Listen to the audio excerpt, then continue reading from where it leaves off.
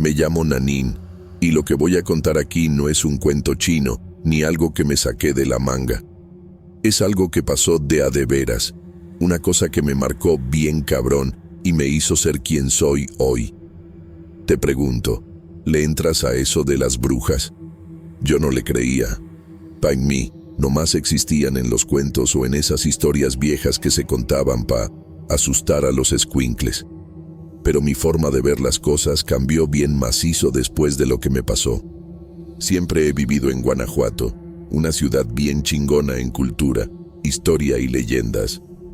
Me mamaba escuchar las historias de mi raza, sobre todo esas que traían misterios y cosas sobrenaturales, pero las veía como puras tradiciones, sin nada que ver con la realidad. Eso cambió cuando tenía 12 años.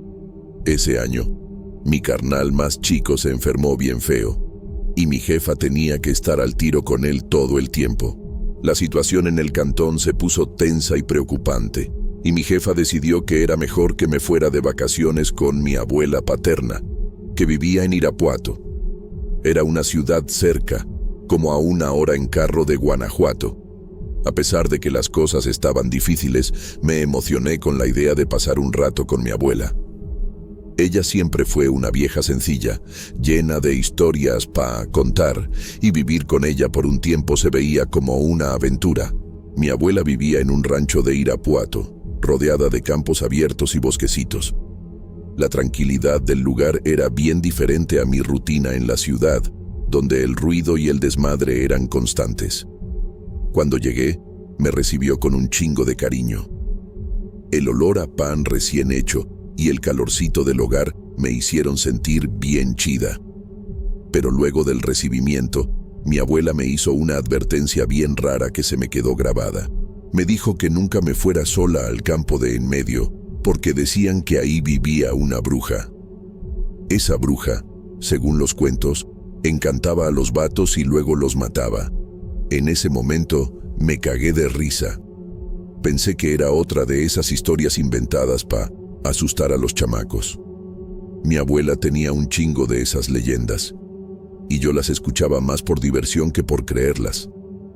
Pa' y mí, eran puro cuento que formaba parte de la cultura del lugar, sin nada de real. Los primeros días con mi abuela fueron tranquilos. Le ayudaba en cositas, escuchaba sus historias y disfrutaba la vida sencilla del rancho. Me levantaba temprano, le echaba la mano con el jardín y daba de comer a los animales. La vida en el campo tenía otro ritmo, más tranquilo y relajado. Me sentía libre para explorar los alrededores y la naturaleza me encantaba. Los campos verdes, las flores de colores y el cielo azul parecían una invitación a la aventura.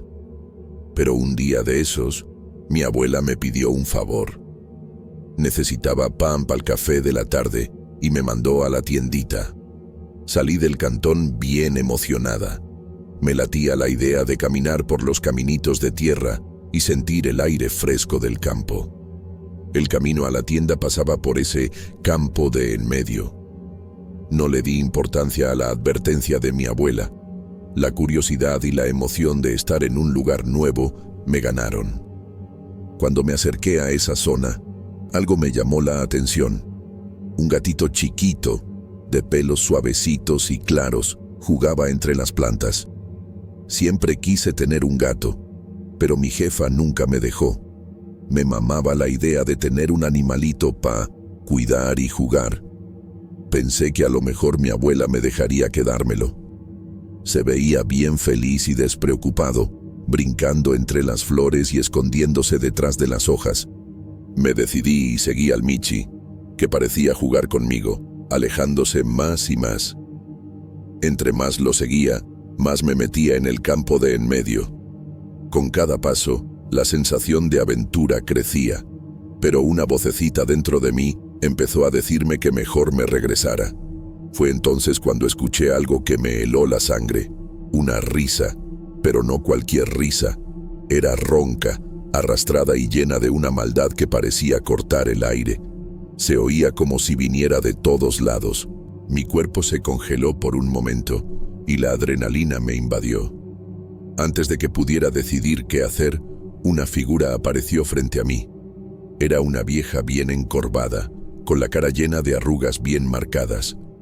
Sus ojos tenían un brillo raro, como si guardaran secretos que yo no podía entender. Traía un aire de misterio y la forma en que se movía parecía casi sobrenatural. La vieja me miraba con una intensidad que me ponía nerviosa. Su voz era ronca y bajita cuando habló, y sus palabras resonaron en mi mente como una advertencia. Me preguntó si había visto a su gato. La pregunta me agarró en curva. Todavía estaba aturdida, tratando de entender qué pedo. Le respondí que sí, que yo también lo andaba buscando. La idea de que esa vieja pudiera ser la dueña del gato que yo estaba siguiendo me dejó bien confundida. Le pregunté si me podía dar el gato, ya que siempre había querido uno. Su respuesta fue una risa, todavía más culera, que parecía resonar en el aire a mi alrededor. La vieja me soltó que ese gato era su almuerzo y que no podía regalar su comida. El miedo empezó a recorrerme todo el cuerpo, pero traté de no mostrarla. La doña sonrió, pero fue una sonrisa que me dio un chingo de escalofríos. Era una sonrisa que no transmitía nada bueno, sino algo más profundo y perturbador. Luego me invitó a su cantón, diciendo que ahí podríamos platicar mejor. Su propuesta me dejó bien sacada de onda. Mi mente estaba hecha un desmadre. Por un lado, la curiosidad me jalaba para acercarme más, pero por otro, el miedo me gritaba que me pelara de ahí. La idea de meterme a la casa de esa vieja, que se veía bien pinche rara y amenazante, me ponía los pelos de punta. Sin embargo, algo en su voz me hizo dudar. Era como si tuviera un poder sobre mí, una fuerza que me atraía bien cabrón. Mi razón me decía que me pelara de ahí corriendo, pero algo en la voz de esa vieja me hizo aceptar su invitación. Era una mezcla de curiosidad y un impulso bien raro que me llevó a seguirla. Me guió por un caminito angosto, rodeado de árboles altos y tupidos. Por fin, llegamos a una casita escondida entre los árboles. Era una cabaña sencilla, de madera, pero tenía un no sé qué bien peculiar. Lo que más me llamó la atención, eso sí, fueron los gatos. Estaban por todos lados, de todos los colores y tamaños. Unos estaban echados al sol, mientras otros jugaban entre ellos. Se veían bien cuidados, gorditos y contentos, como si esa vieja de verdad los quisiera. Verlos me dio un poco de alivio, pero la sensación de incomodidad seguía ahí. Cuando entramos a la cabaña, el interior era acogedor, aunque sencillo. Había una mesita en el centro, con un mantel de gancho, y unos estantes llenos de libros y cosas raras. La doña me ofreció un pedazo de pastel y la neta estaba bien rico. El sabor era intenso y dulce, y no me pude resistir. Mientras comíamos, su cara cambió, se veía más tranquila, parecía más relajada, y eso me hizo sentir un poco más a gusto. Mientras le dábamos al pastel, empezó a contarme de su vida. Me dijo que cuando se mudó a ese barrio, la raza empezó a correr el chisme de que era una bruja. La razón, según ella, era que estaba jorobada y vivía sola con sus gatos. Yo la escuchaba con atención, tratando de entender cómo alguien podía ser tachado de una manera tan culera. Dijo que nunca le importó lo que pensaran, porque prefería la compañía de los animales a la de los humanos. Sus palabras sonaban sinceras, y podía sentir el dolor que esos chismes le habían causado. Platicamos un rato y me di cuenta de que, a pesar de verse medio cabrona, era una señora amable. Había una sabiduría en su voz y sus historias estaban llenas de experiencias que la vida le había dado.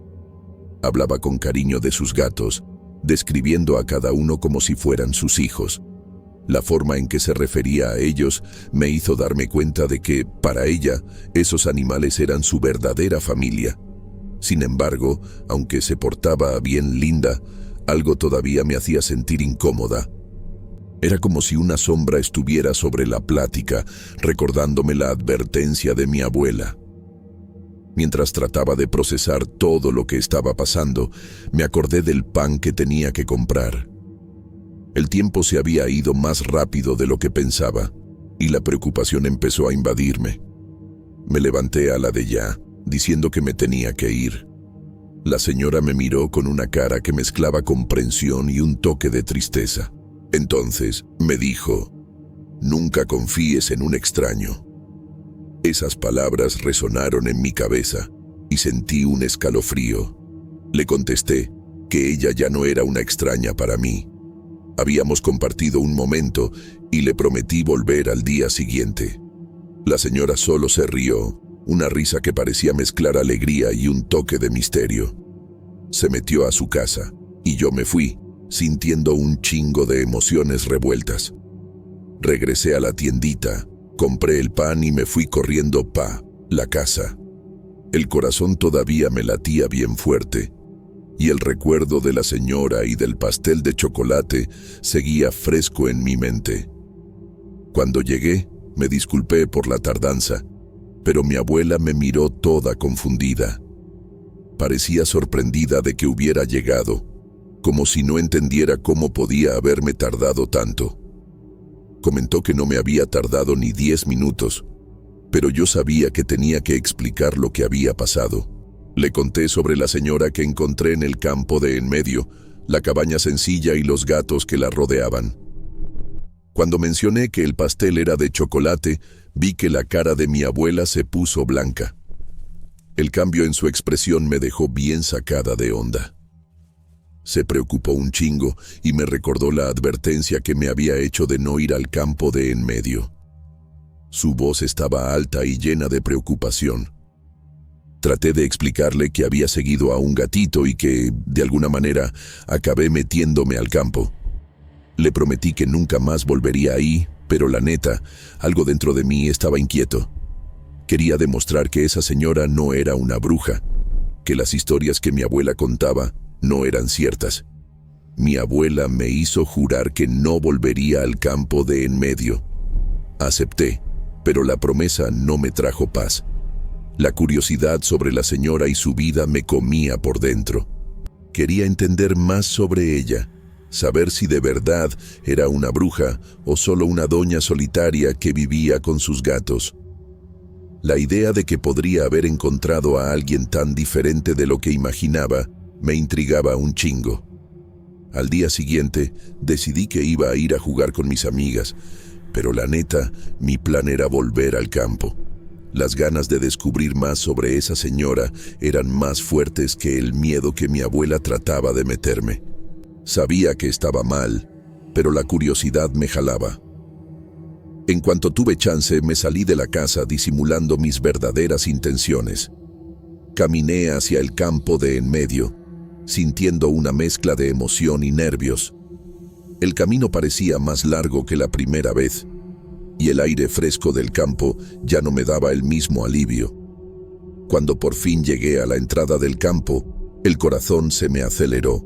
Miré alrededor, tratando de encontrar la cabaña que había visitado, pero todo se veía diferente. La vegetación estaba bien tupida, y la luz del sol no entraba tan fácil como antes. Busqué por todos lados donde estaba la cabaña, di vueltas y vueltas, pero no encontré ni madres. De repente, mi abuela apareció, como si supiera exactamente dónde andaba yo. Se acercó con una mirada preocupada y me dijo que no la iba a encontrar. Me quedé bien sacada de onda con sus palabras. ¿Cómo sabía que andaba buscando a la señora? Fue entonces que mi abuela me contó que, cuando tenía mi edad, también se había topado con la misma vieja. Me dijo que, después de ese encuentro, la señora nunca más se le apareció. Escuchar esa historia de mi abuela me dejó sin palabras. No me imaginaba que ella también hubiera pasado por algo así. Ahora entendía por qué se había preocupado tanto y me había prohibido volver a ese campo. Ella conocía los riesgos, conocía a la señora misteriosa que yo había encontrado. Los días pasaron y nunca más vi a la señora ni a sus gatos. Cuando regresé a mi cantón, le conté todo a mi jefa, pero nomás me regañó, diciendo que me estaba inventando cuentos. Mi jefa no me creyó, igual que no le creyó a mi abuela años atrás. Eso me frustró un chingo, porque yo sabía que todo lo que había vivido era neta. Hoy ya soy grande, y mi abuelita querida ya no está con nosotros. Pero esa experiencia todavía está bien clavada en mi memoria. No sé si esa señora era de verdad una bruja o nomás una doña solitaria. Lo que sí sé es que ese encuentro cambió mi forma de ver el mundo y las historias que yo creía que eran puro cuento. Nunca más pasé por el campo de en medio, pero cada vez que veo un gato o huelo pastel de chocolate, me acuerdo de esa señora. Para mí, no era mala onda. Era un misterio, un enigma que probablemente nunca se va a resolver. A veces me quedo pensando qué hubiera pasado si hubiera insistido en encontrarla otra vez. ¿Me habría contado más sobre ella? ¿O de verdad era una bruja, como mi abuela creía? Esas preguntas todavía me dan vueltas en la cabeza, aunque ya pasaron un chingo de años. La curiosidad que sentí en ese entonces todavía sigue ahí, y me pregunto si algún día tendré chance de descifrar el misterio que rodea a esa señora. Me llamo Esther, y fui una chamaca que siempre le hizo frente al miedo. Crecí en Jalisco, un lugar donde las noches estaban llenas de vida. Mis cuates y yo nos la pasábamos chido saliendo, echando desmadre y bailando hasta la madrugada. Las calles estaban llenas de luces de las cantinas y la música sonaba por todos lados. Para nosotros, esas noches eran una celebración de la libertad y la juventud. En ese entonces, ni lo pensaba dos veces antes de salir. Mis cuates eran tan aventados como yo, siempre listos para explorar nuevos lugares y vivir nuevas experiencias. La emoción de estar fuera de casa, lejos de las reglas, era algo que me encantaba. Pero había una voz que siempre resonaba en mi mente, la voz de mi jefa. Ella era una vieja preocupona que trataba de cuidarme. Desde chiquilla, me contaba historias sobre el Coco, el monstruo que castigaba a los chamacos desobedientes. Decía que el Coco se escondía en las sombras, esperando a los que no seguían las reglas. Para ella, era una forma de enseñarme a ser responsable. Pero para mí, esas historias eran puro cuento, leyendas que formaban parte de la cultura mexicana, pero que yo no me creía. Me cagaba de risa de las historias del Coco, pensando que eran solo intentos de asustar a los escuincles. Para mí, eran cuentos para chavitos, algo que ya había superado. Yo no creía que un ser sobrenatural pudiera hacerme daño. El verdadero miedo, pensaba yo, venía de la raza que te encuentras en la vida real. Las situaciones peligrosas que veía en las noticias, las historias de asaltos y violencia, eran mucho más reales y espantosas que cualquier leyenda. Mis cuates pensaban igual. Éramos jóvenes y sin miedo, creyendo que nada nos podía pasar. La vida era una aventura, y estábamos decididos a aprovecharla al máximo. Las noches en Jalisco eran nuestro desmadre. Y nosotros éramos los protagonistas de nuestras propias historias. La música sonaba, las risas retumbaban y la sensación de libertad era a toda madre. Mi jefa siempre me advertía sobre los peligros de salir tarde.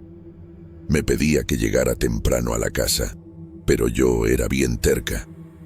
La idea de perderme una noche de fiesta por una advertencia me parecía una pendejada. No quería ser la morra que se dejaba llevar por el miedo. La rebeldía era parte de quien era yo, y no estaba dispuesta a dejarla. Las pláticas sobre el Coco se volvieron una cura entre nosotros. Cuando estábamos juntos, siempre hacíamos bromas sobre la leyenda, imitando los ruidos que decían que hacía o haciendo gestos cagados para asustarnos entre nosotros. Era una forma de demostrar que éramos más chingones que cualquier historia que pudieran contar. Pero a veces, la voz de mi jefa volvía a mi mente, sobre todo cuando estaba sola. Mientras caminaba por las calles oscuras, sentía un escalofrío en la espalda, pero rápidamente alejaba esos pensamientos, recordándome que era valiente y que nada me podía pasar. La confianza que tenía en mí misma era cabrona. La vida seguía, y las noches se volvían cada vez más emocionantes. Mis cuates y yo explorábamos nuevas cantinas, conocíamos gente nueva y vivíamos momentos que parecían eternos. La sensación de estar viva, de ser joven y libre, era todo lo que quería. No quería que nada me impidiera disfrutar cada instante. Así, la leyenda de El Coco se volvía solo una historia lejana, algo que no me tomaba en serio. Estaba decidida a vivir mi vida sin miedo, a desafiar cualquier sombra que pudiera aparecer. Para mí, la verdadera aventura estaba en vivir a tope, sin mirar atrás. Y así seguía aventurándome por las noches de Jalisco, creyendo que nada podía detenerme. Una noche, después de una semana bien pesada, decidí irme más temprano. Mis cuates estaban echando desmadre, riendo y bailando, pero yo estaba cansada y agripada. La cantina estaba hasta el gorro, y la música a todo volumen lo hacía todo más animado, pero yo no podía seguir el ritmo. Ya pasaba de la medianoche, y sabía que necesitaba descansar. Miré a mi bola de cuates, todos tan felices y despreocupados, y me sentí un poco triste por no poder disfrutar como ellos. Cuando intenté pedir un taxi, me di cuenta de que no podría. La app no jalaba, y no había taxis pasando por la calle. Miré alrededor y vi que la mayoría de la raza todavía estaba en la fiesta, pero yo no quería esperar más. La distancia hasta mi casa era de solo 30 minutos a pie, así que decidí arriesgarme. La idea de caminar sola a esa hora me puso un poco nerviosa, pero la adrenalina corría por mis venas y me sentía invencible. Empecé a caminar, tratando de ignorar la sensación de incomodidad que crecía dentro de mí. Las calles estaban más calladas de lo normal, y las luces de los postes parecían más débiles. El camino que solía recorrer con facilidad ahora se veía diferente. La música de la cantina se quedó lejos y el silencio empezó a rodearme. Intentaba distraerme pensando en lo chido que sería llegar a casa y acurrucarme bajo las cobijas, pero el ambiente a mi alrededor empezó a cambiar. Mientras caminaba, me di cuenta de que las sombras parecían más largas y más oscuras. El viento soplaba y sentía un escalofrío en la espalda. Miré hacia atrás, pero no había nadie, solo yo y la oscuridad. Traté de convencerme de que todo estaba bien, que era valiente y que nada me podía pasar. Pero, conforme avanzaba, la sensación de estar siendo observada empezó a incomodarme. Con cada paso, el silencio se volvía más pesado. El sonido de mis pies golpeando el suelo parecía hacer eco, y me pregunté si había tomado la decisión correcta al salir sola. Recordé las historias que mi jefa contaba sobre El Coco, el monstruo que castigaba a los chamacos desobedientes. Siempre me había cagado de risa de esas historias, pero ahora, mientras caminaba sola, no podía alejar la idea de que algo podría estar siguiéndome. Traté de apurarle, pero entre más rápido caminaba, más crecía la sensación de miedo. Volteé para todos lados, pero las calles estaban peladas.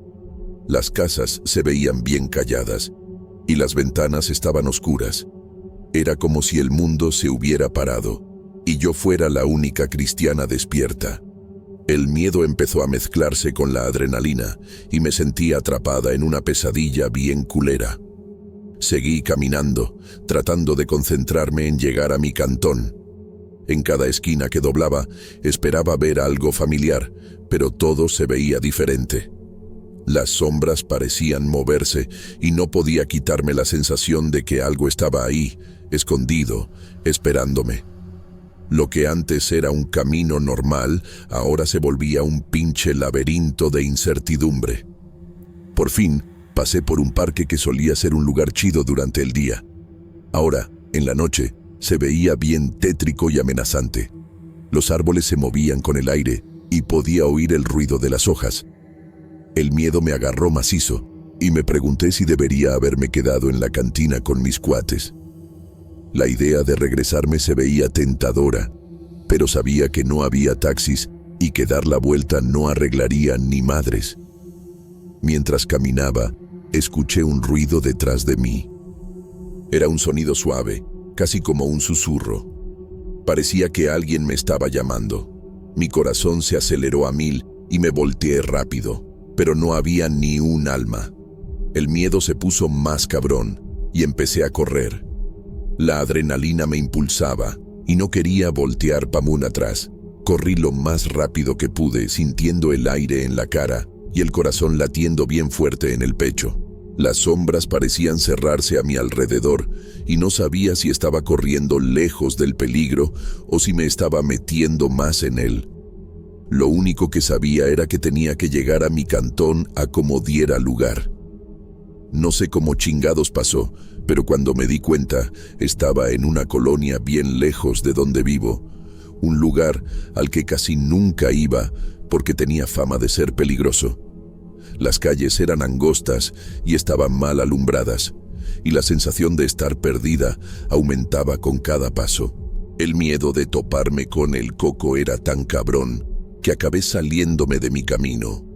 No quería estar ahí, pero la adrenalina me hizo seguir adelante, como si algo me empujara. Mientras corría, miraba alrededor, tratando de encontrar algo familiar, pero todo se veía bien raro y amenazante. Las casas eran viejas, con ventanas rotas y puertas que rechinaban. El silencio era bien pesado, y el único sonido que podía oír era el de mi propio corazón latiendo como loco. En cada esquina que doblaba, la sensación de que algo estaba mal se hacía más fuerte.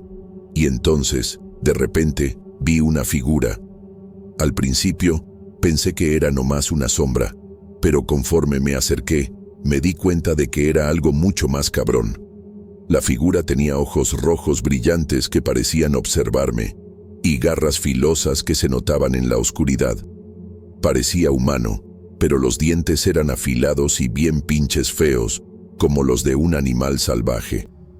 El pánico se apoderó de mí, y traté de gritar, pero el sonido no salió. Mi voz parecía haberse esfumado, como si el miedo se la hubiera tragado.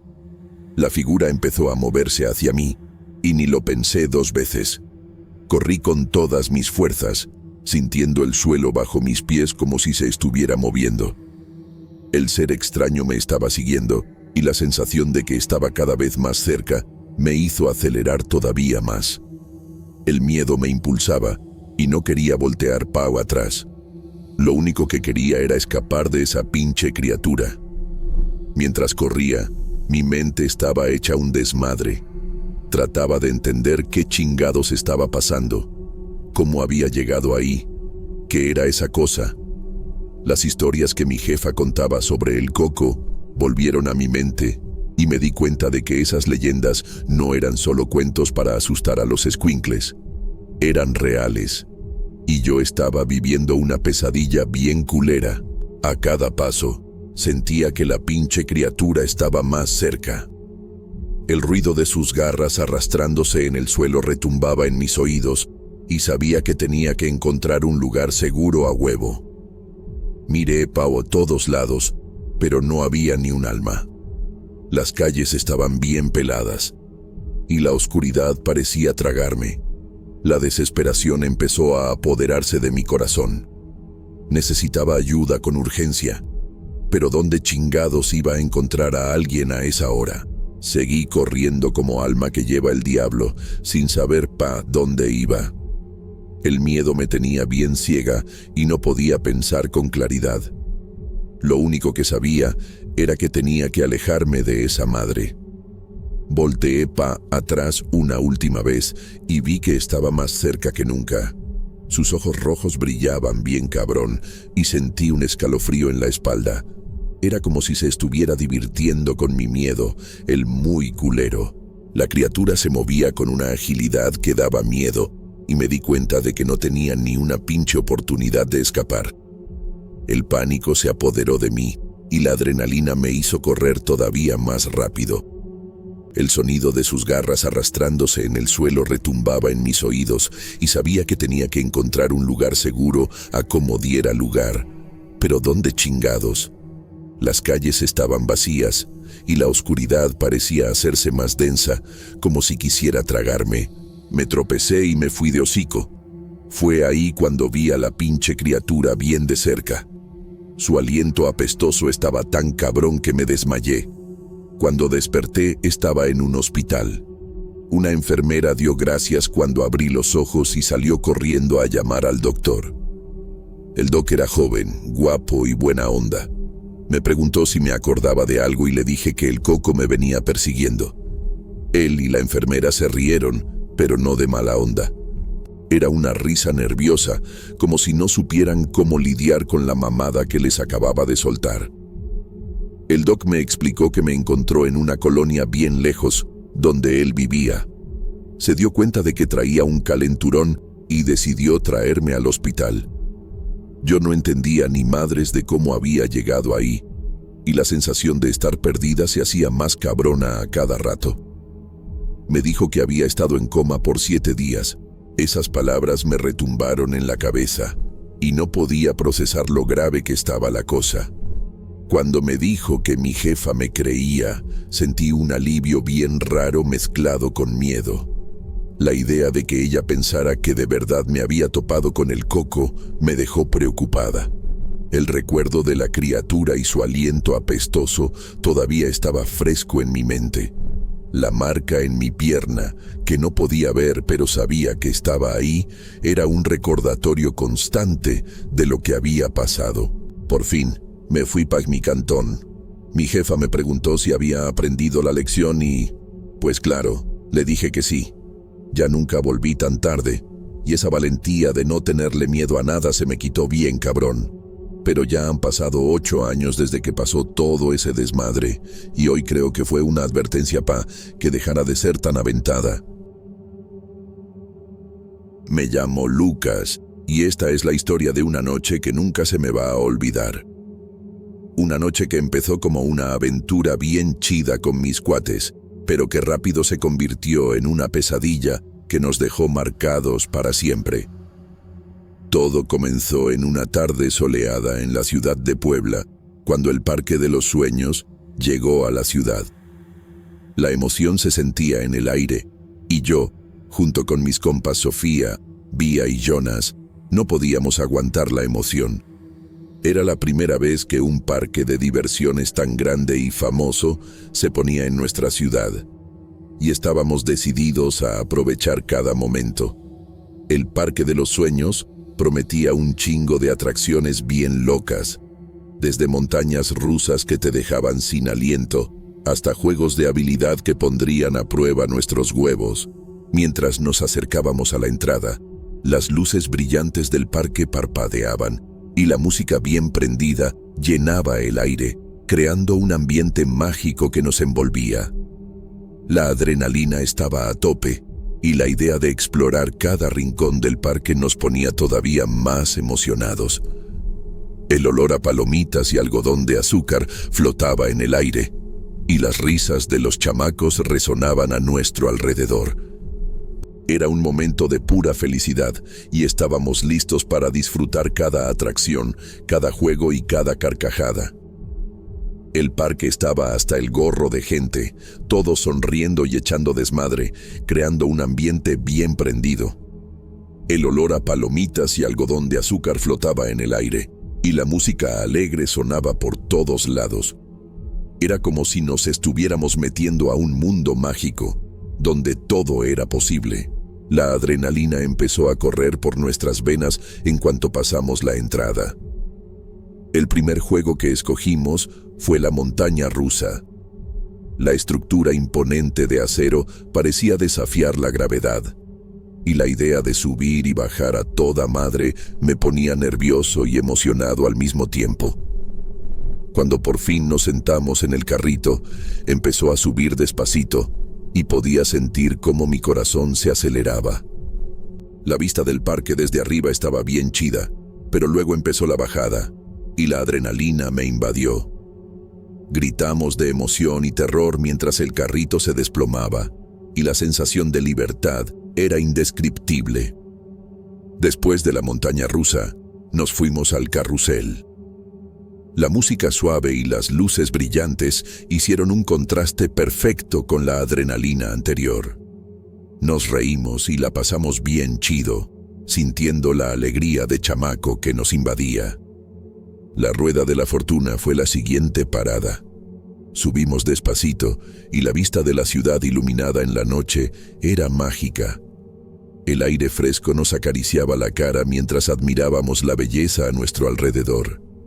Era un momento de pura felicidad y me sentía agradecido de estar ahí con mis compas.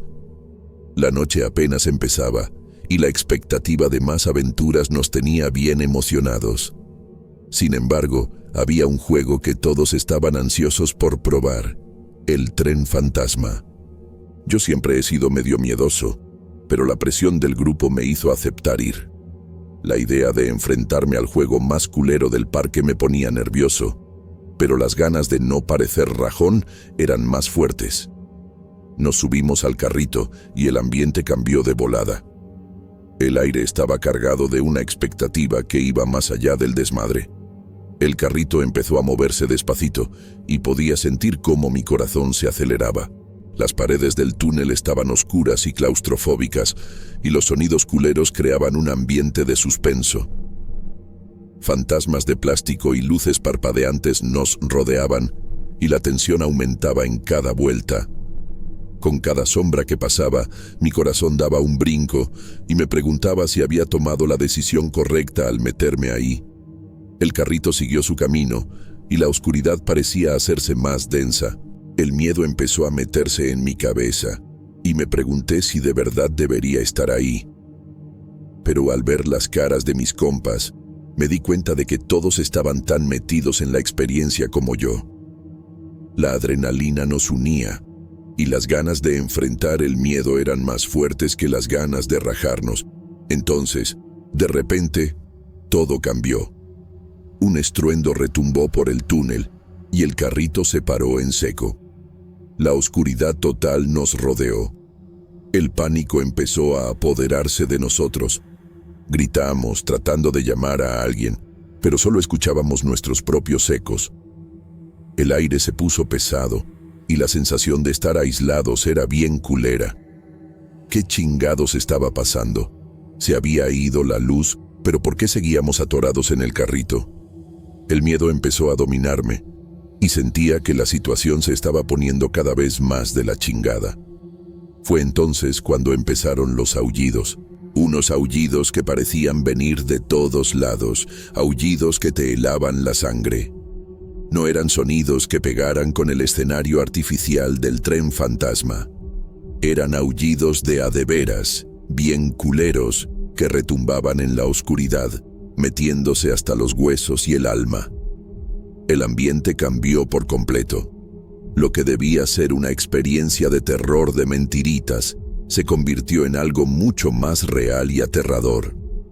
El miedo se intensificó y sentía que no iba a poder aguantar. Vía, que siempre había sido la más chingona del grupo, empezó a temblar y, en un momento de desesperación, se desmayó. La agarré, pero la situación estaba fuera de control. Los gritos seguían y la sensación de pánico era abrumadora.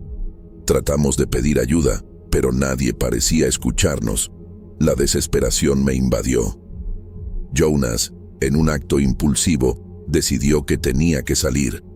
Se paró y, sin pensarlo dos veces, se aventó a las vías con la esperanza de encontrar una salida. Pero, en un instante, escuché un chasquido y vi a Jonas caer, convulsionando en el suelo. La descarga lo había alcanzado y me quedé paralizado, sin saber qué chingados hacer. El miedo se convirtió en terror absoluto. ¿Qué chingados estaba pasando? ¿Por qué nadie venía a ayudarnos? El tiempo parecía arrastrarse y la oscuridad parecía eterna. Después de lo que pareció una eternidad, regresó la luz. Las luces se prendieron y el carrito empezó a moverse de nuevo. ¿Qué pedo era esto? ¿Qué estaba pasando?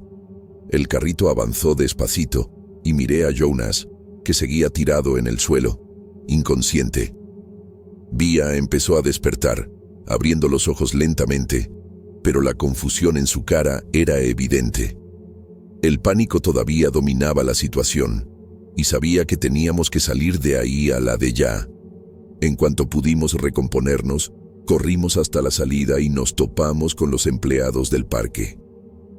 Con la voz temblando, les expliqué lo que había pasado, pero solo nos miraron con cara de ¿qué pedo con estos güeyes? Aseguraron que no se había ido la luz y que nomás nos estábamos imaginando cosas. La incredulidad en sus caras era frustrante. ¿Cómo chingados no nos iban a creer? Pararon el juego y llamaron a la ambulancia para Jonas. La oscuridad del tren fantasma todavía nos perseguía y el recuerdo de los aullidos y las risas culeras seguía resonando en nuestras cabezas. La idea de que nos pudieran echar la culpa por lo que le pasó a Jonas era bien pinche aterradora. Los polis llegaron bien rápido y la desconfianza en sus miradas era bien clara. Se acercaron a nosotros con una actitud bien mamona y la sensación de que éramos sospechosos crecía a cada segundo. La presión aumentaba con cada pregunta que nos hacían y sentía que el corazón se me iba a salir. Era como si nos estuvieran juzgando por algo que no habíamos hecho. Jonas, por fin, despertó y su confirmación de nuestra historia no trajo ningún alivio. Los polis seguían mirándonos con desconfianza, como si estuviéramos ocultando algo. La situación se ponía cada vez más de la chingada y la sensación de injusticia nos rodeaba. La ambulancia llegó y los paramédicos atendieron rápido a Jonas. Estaba débil, pero logró explicar lo que había pasado. La incredulidad de los polis siguió ahí y la sensación de injusticia nos envolvió todavía más. Nos llevaron a un lado, donde los polis nos echaron un sermón. Nos dijeron que éramos unos irresponsables y que deberíamos tener más cuidado. La frustración y el coraje crecieron dentro de mí. Nadie nos creía. Nadie entendía el terror que vivimos esa noche. La sensación de impotencia era abrumadora, como si estuviéramos atrapados en una pesadilla de la que no podíamos despertar. Soy Miguel, y cuando todo sucedió, era estudiante de medicina en el último año. El Hospital Regional de Tapachula, en Chiapas, era una construcción antigua que siempre me intrigó. En aquel entonces, el edificio ya estaba abandonado, rodeado de misterios e historias de eventos extraños. Su arquitectura imponente, con ventanas rotas y puertas chirriantes, revelaba un pasado sombrío que parecía guardar secretos para quien se atreviera a acercarse. Durante mi práctica en el hospital, escuché rumores sobre la morgue, un lugar que despertaba tanto miedo como curiosidad. Decían que, en algunas noches, los cuerpos que estaban ahí supuestamente volvían a la vida. Estas historias se contaban en susurros, como si el simple hecho de mencionarlas pudiera atraer algo maligno. A pesar del miedo que sentía, la curiosidad me impulsaba a explorar ese lugar. El hospital tenía un ambiente pesado y cada pasillo parecía cargar el peso de las vidas que habían pasado por ahí. Me preguntaba cuántas esperanzas y desilusiones estaban entre esas paredes. La morgue, en particular, era un espacio que me fascinaba y aterrorizaba al mismo tiempo. Las leyendas sobre lo que sucedía ahí me dejaban inquieto, pero sentía que necesitaba entender la verdad detrás de ellas. Una vez, en una noche fría y silenciosa, durante mi turno en la morgue, recibí la tarea de realizar la autopsia a un hombre que había muerto de neumonía después de recibir un suero. El ambiente a mi alrededor era sombrío y la sensación de soledad era intensa. El cuerpo estaba ahí, cubierto por una sábana, y yo sabía que necesitaba concentrarme en el trabajo. Sin embargo, una inquietud comenzó a instalarse en mí.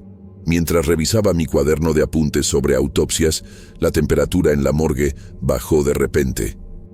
Un escalofrío recorrió mi espalda y me pregunté si era solo el frío o si algo más estaba sucediendo. El silencio era profundo y podía escuchar mi propio corazón latiendo. Traté de concentrarme en la información que había anotado, pero la sensación de incomodidad solo aumentaba. Fue entonces cuando escuché una voz susurrando mi nombre: «Ayúdame». La voz parecía venir de la mesa de autopsia y mi corazón se aceleró. Miré rápidamente hacia el cuerpo, pero permanecía inmóvil bajo la sábana. La voz resonaba en mi mente y no podía entender lo que estaba pasando. El miedo comenzó a instalarse, pero la curiosidad también me impulsaba a investigar. De repente, el hombre muerto empezó a retorcerse. Me quedé paralizado, sin saber cómo reaccionar. ¿Qué estaba pasando? Estaba muerto y ahora parecía estar moviéndose. Un grito desesperado escapó de sus labios y no pude contener el terror que se apoderó de mí. Las luces de la morgue comenzaron a parpadear violentamente y el ambiente se transformó en un caos sobrenatural. Los estantes se movían y los instrumentos médicos caían al suelo, creando un ruido ensordecedor. El pánico se apoderó de mí. Quería correr, pero mis piernas parecían pesadas. El hombre seguía gritando y la voz que antes susurraba ahora se convertía en un clamor angustioso. «Ayúdame, ayúdame». Parecía estar luchando contra algo invisible y yo no sabía qué hacer. La escena era surreal, como si estuviera en una pesadilla de la que no podía despertar. Finalmente, logré moverme y corrí hacia la puerta sin mirar atrás. El caos de la morgue se intensificaba y sentía que estaba a punto de desmayarme del miedo. Al salir, el peso de lo que había presenciado me golpeó como un puñetazo en el estómago. La adrenalina aún corría por mis venas y necesitaba ayuda. Lo que había visto era inexplicable y no sabía cómo lidiar con eso. Con un último grito de desesperación, el hombre murió de nuevo. El sonido resonó por la morgue y me quedé paralizado, invadido por el terror. Lo que había presenciado desafiaba toda la lógica que conocía. La visión del cuerpo retorciéndose y gritando aún estaba fresca en mi mente. No podía entender cómo aquello era posible. El hombre estaba muerto, y ahora parecía que su alma estaba luchando por liberarse. El aire estaba pesado, y la sensación de opresión aumentaba a cada segundo. Quería gritar, pero mi voz parecía haber desaparecido. El miedo me paralizaba, y no sabía cómo reaccionar. Finalmente, no pude soportarlo más. Corrí hacia la puerta sin mirar atrás. Al salir de la morgue, la luz del pasillo me golpeó como un alivio, pero el peso de lo que había presenciado aún me acompañaba. Mientras corría por los pasillos del hospital, la realidad parecía distorsionada. Las paredes parecían cerrarse a mi alrededor y sentía que algo me seguía. El miedo me consumía y necesitaba ayuda. Lo que había visto era inexplicable y no sabía cómo contárselo a alguien. ¿Qué diría? Que un hombre muerto había gritado pidiendo ayuda, que parecía estar luchando contra fuerzas que yo no podía ver. La duda y el miedo de no ser creído me atormentaban. Al llegar a la entrada del hospital, respiré profundo, tratando de calmar mi corazón. Sabía que necesitaba encontrar a alguien. Miré alrededor, pero el hospital estaba desierto. La soledad del lugar parecía intensificar mi pánico. Necesitaba respuestas, pero también necesitaba a alguien que pudiera ayudarme a entender lo que había pasado. Con el corazón aún acelerado, decidí que necesitaba compartir lo que había sucedido. Llamé a los médicos residentes y a los jefes, esperando que pudieran entender la gravedad de la situación. Cuando entraron a la morgue, estaba nervioso, pero determinado a relatar mi experiencia. Sin embargo, al mirar sus rostros, me di cuenta de que la expectativa de apoyo pronto se transformó en desdén y escepticismo. Expliqué sobre el hombre que había gritado pidiendo ayuda, sobre las luces parpadeando y el caos que siguió. Pero a medida que hablaba, me di cuenta de que no estaban escuchando. En lugar de eso, Estaban intercambiando miradas y susurrando entre ellos. Cuando terminé, uno de los jefes se acercó al cuerpo, que aún estaba inmóvil en la mesa de autopsia, y me miró con una expresión de incredulidad. Su reacción fue inmediata. Comenzaron a reírse, y me sentí avergonzado e impotente. Lo que había vivido era real para mí, pero allí, en ese momento, mi experiencia fue reducida a una broma. Empezaron a llamarme el estudiante de la morgue, y la burla se extendió rápidamente entre los residentes y otros empleados del hospital. A partir de ese día, ya no era solo Miguel, era el hazmerreír del hospital. La burla se volvió una constante en mi rutina. Siempre que pasaba por los pasillos, escuchaba risitas y comentarios susurrados. Las palabras cortaban como cuchillos y me sentía cada vez más aislado. Lo que debería haber sido un ambiente de aprendizaje y camaradería se transformó en un campo de batalla emocional.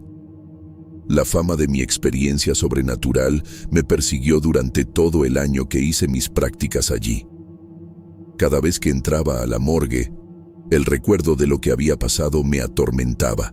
El cuerpo del hombre, la voz susurrante, las sombras danzantes, todo eso se convirtió en un peso que cargaba. Intentaba concentrarme en mi trabajo, pero la burla constante lo hacía todo más difícil. Los residentes, que deberían haber sido mis colegas y aliados, se convirtieron en mis verdugos. Se divertían a costa mía y me sentía cada vez más desamparado. La soledad se instaló en mí y comencé a cuestionar mi elección de carrera. ¿Realmente pertenecía a este lugar? ¿Era solo un estudiante ingenuo, incapaz de lidiar con la realidad de la medicina? Después de un año de prácticas, finalmente conseguí un trabajo en otro hospital. La sensación de alivio y realización era palpable. Había superado las dificultades y las burlas y ahora estaba listo para comenzar una nueva etapa de mi carrera. Sin embargo, incluso allí, la fama del estudiante que vio a un muerto volver a la vida me acompañaba. Las historias se habían esparcido y, aún en un nuevo ambiente, no lograba escapar de la etiqueta que me habían impuesto. Los nuevos colegas, aunque más respetuosos, no podían evitar mencionar la historia en tono de broma. Era como si cargara una sombra, una marca indeleble que me seguía. Con cada risa o comentario, recordaba el dolor y el aislamiento que había sentido en el hospital anterior. Intenté ignorarlo, enfocándome en mi trabajo y en las oportunidades que surgían, pero los recuerdos de aquella noche atormentaban mi mente. A veces, por la noche, cuando el silencio se apoderaba del hospital, me sorprendía pensando en la morgue del hospital abandonado en Tapachula. El susurro que había escuchado aún resonaba en mi mente, como un recordatorio constante de lo que había sucedido. Era un recuerdo que no podía borrar, una experiencia que se había vuelto parte de mí. Reflexionando sobre todo esto, me di cuenta de que el terror no era solo por lo que sucedió aquella noche. Era sobre cómo las experiencias nos moldean y nos siguen para siempre. Lo vivido en la morgue no era solo un evento aislado, era una parte de mi trayecto, una lección que me enseñó sobre la fragilidad de la vida y la complejidad de la muerte. La experiencia me hizo cuestionar no solo la medicina, sino también la naturaleza de la realidad y lo que realmente sabemos sobre la vida y la muerte. La noche estaba oscura cuando decidí hacer ese viaje. Trabajaba en una oficina pequeña en la ciudad y la rutina me ahogaba.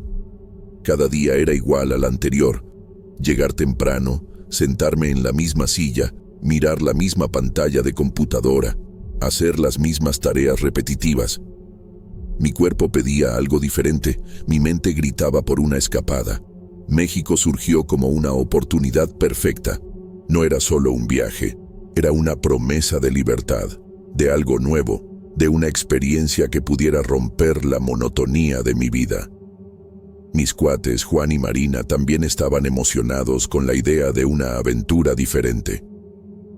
Todo comenzó un viernes por la noche, después de la chamba. Fuimos a una cantina cerca de la oficina, ese lugar común donde siempre nos juntábamos para relajarnos después de una semana de trabajo.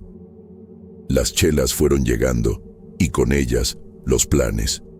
Juan siempre fue el más emocionado, hablando sobre los lugares que quería conocer. Marina era más precavida, siempre investigando cada detalle. Xochimilco está de pelos, dijo Juan, mostrando algunas fotos en el celular. Son canales antiguos, trajineras coloridas, una mezcla de historia y naturaleza.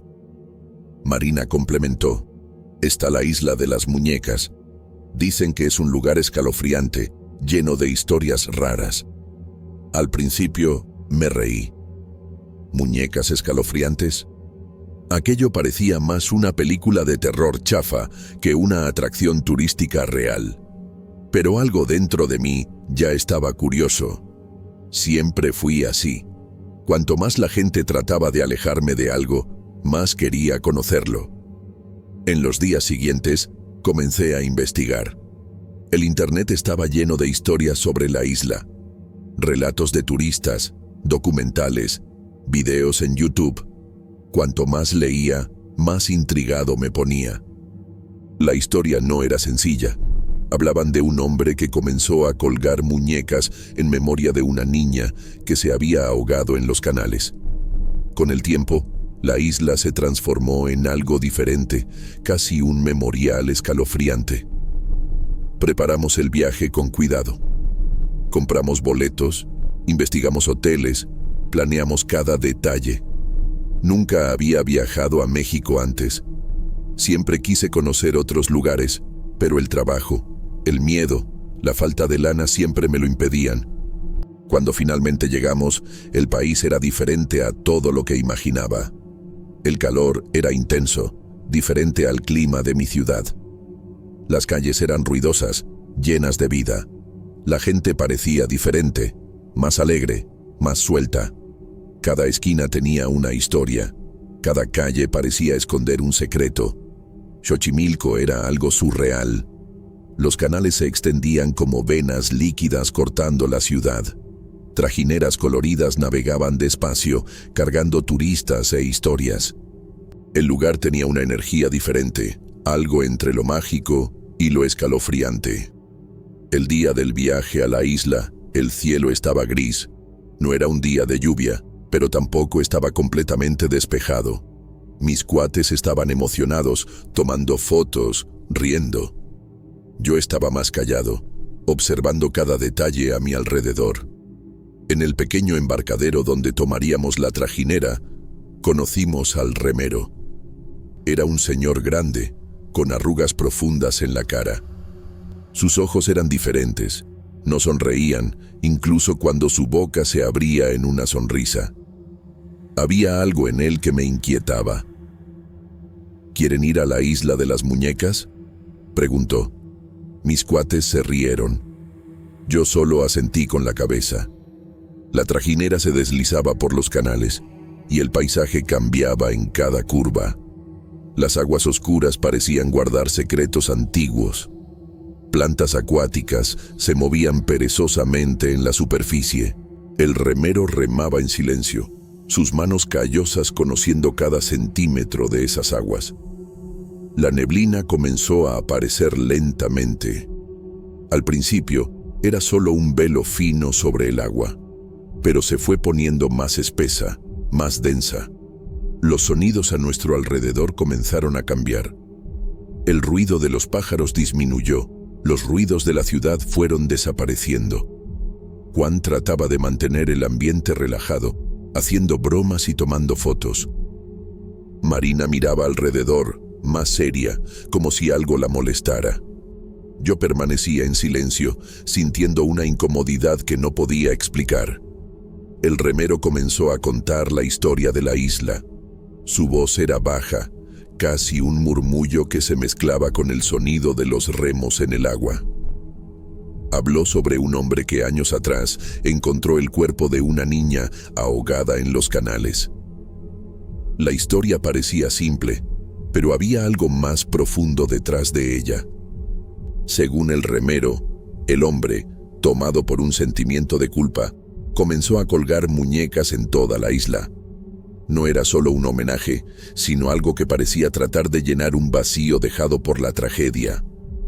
«Las muñecas no son solo juguetes», dijo él, mirando rápidamente en nuestra dirección. «Guardan historias». Marina dejó de tomar fotos. Juan se quedó callado. Mi estómago se apretó. La neblina se ponía cada vez más espesa. Apenas podíamos ver más allá del borde de la trajinera. Era como si estuviéramos flotando en un lugar que no era completamente real. Los sonidos eran extraños. Un susurro constante que no podíamos identificar. Cuando la isla apareció, fue de repente. Primero, los contornos de árboles retorcidos. Después, las ramas llenas de muñecas. Cientos de ellas, colgadas en todos lados. Algunas enteras, otras rotas, todas con miradas que parecían observarnos. El remero amarró la trajinera en un pequeño muelle. Sus manos se movían con precisión, como si conociera cada centímetro de ese lugar. Cuando nos ayudó a desembarcar, sus ojos se encontraron con los míos por un instante. No había emoción en esa mirada, solo un conocimiento antiguo y silencioso. «Regreso al amanecer», dijo. «Quédense cerca de la cabaña». La advertencia sonó como un aviso importante. La cabaña era sencilla, hecha de madera vieja. Las tablas crujían bajo nuestros pies y cada movimiento parecía contar una historia. Adentro había pocos muebles, una mesa, algunas sillas, literas para dormir. Las paredes tenían marcas y rasguños que sugerían historias no contadas. Marina comenzó a preparar algo para tragar. Juan revisaba el equipo fotográfico. Yo seguía mirando por la ventana, observando las muñecas que se balanceaban levemente. El silencio era diferente allí. No era solo quietud. Era como si el aire estuviera lleno de algo que no podíamos ver o tocar. Cada objeto, cada rincón de la cabaña parecía guardar un secreto. Las muñecas afuera seguían moviéndose. Algunas parecían estar volteadas hacia nosotros, como si nos observaran. No había viento, pero se movían. La noche estaba llegando, y algo me decía que sería una noche muy larga. Decidimos explorar la parte más densa de la isla antes de que oscureciera por completo. Marina sostenía el diario de don Julián, consultando algunas notas. Juan mantenía la cámara lista, fotografiando cada detalle raro. La vegetación se ponía más espesa a cada paso. Ramas secas se entrelazaban, casi formando un laberinto natural. Las muñecas aparecían en lugares cada vez más inusuales, colgadas en ramas torcidas, recargadas en troncos, algunas medio enterradas en el lodo. Fue cuando encontramos el primer lugar extraño. Un pequeño claro donde varias muñecas estaban dispuestas en círculo. No era algo natural. Parecían haber sido colocadas ahí a propósito. Juan tomó varias fotos. Su mano temblaba levemente. «Miren», dijo Marina, señalando algunas muñecas. «Estas parecen más viejas que las otras». Eran muñecas de porcelana, con grietas profundas. Algunas tenían ojos rotos, otras estaban sin extremidades. Una de ellas tenía una expresión que me hizo erizar. Parecía estar sonriendo, pero de una manera que no era natural. El silencio era diferente allí. No era solo ausencia de sonido, era como si algo nos observara. Juan dejó de fotografiar por un momento, mirando alrededor. Primero vino el susurro, bajito, casi imperceptible, como si alguien estuviera tratando de decir algo muy cerca, pero sin emitir sonido real. Juan se detuvo inmediatamente. Marina también se congeló. «¿Escucharon?», pregunté en voz baja. Un movimiento sutil entre los arbustos.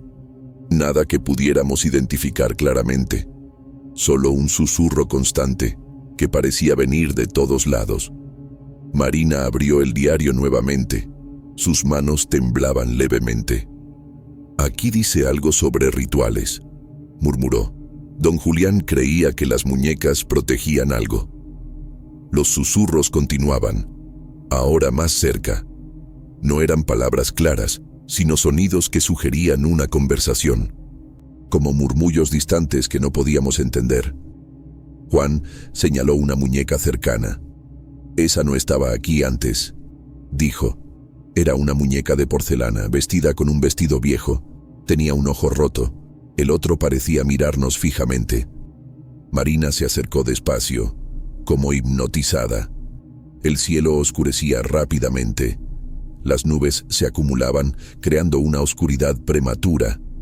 El viento comenzó a soplar, haciendo que las hojas secas se movieran. Los susurros se volvieron más intensos. No eran escalofriantes por el volumen, sino por la sensación que provocaban. Era como si varias voces trataran de contar algo importante, pero sin emitir sonido real.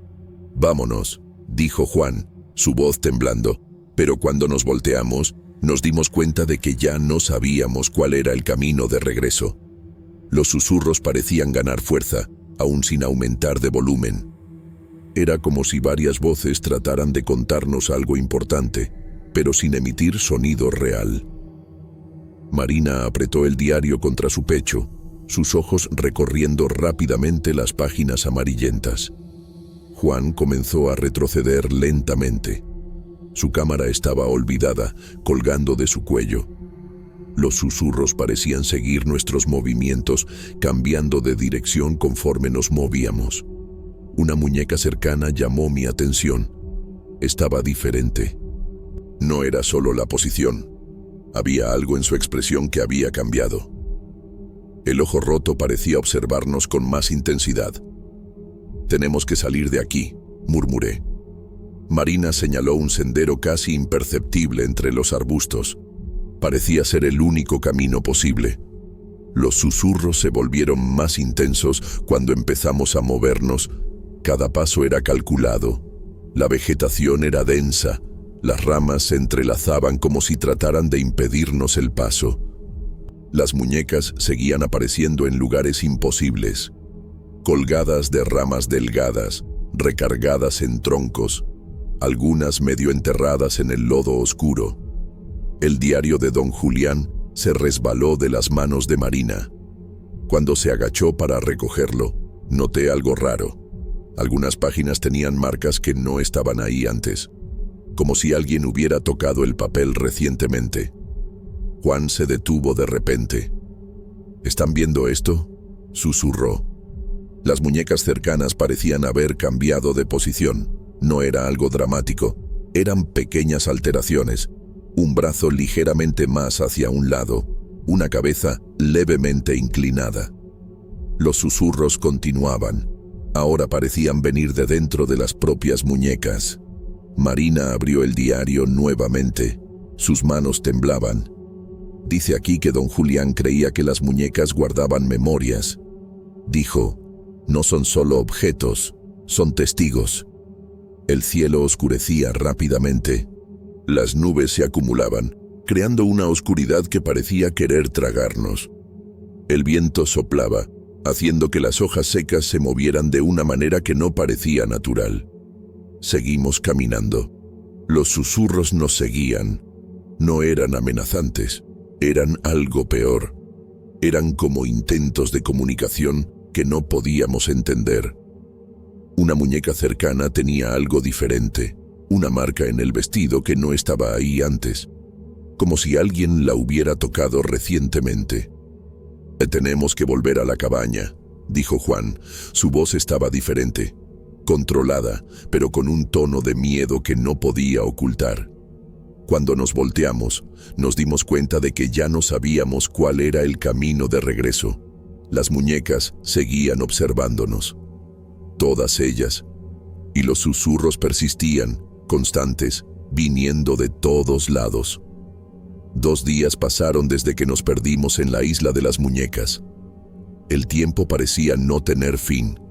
Estábamos cansados, con mucha hambre, y los susurros extraños nos tenían asustados.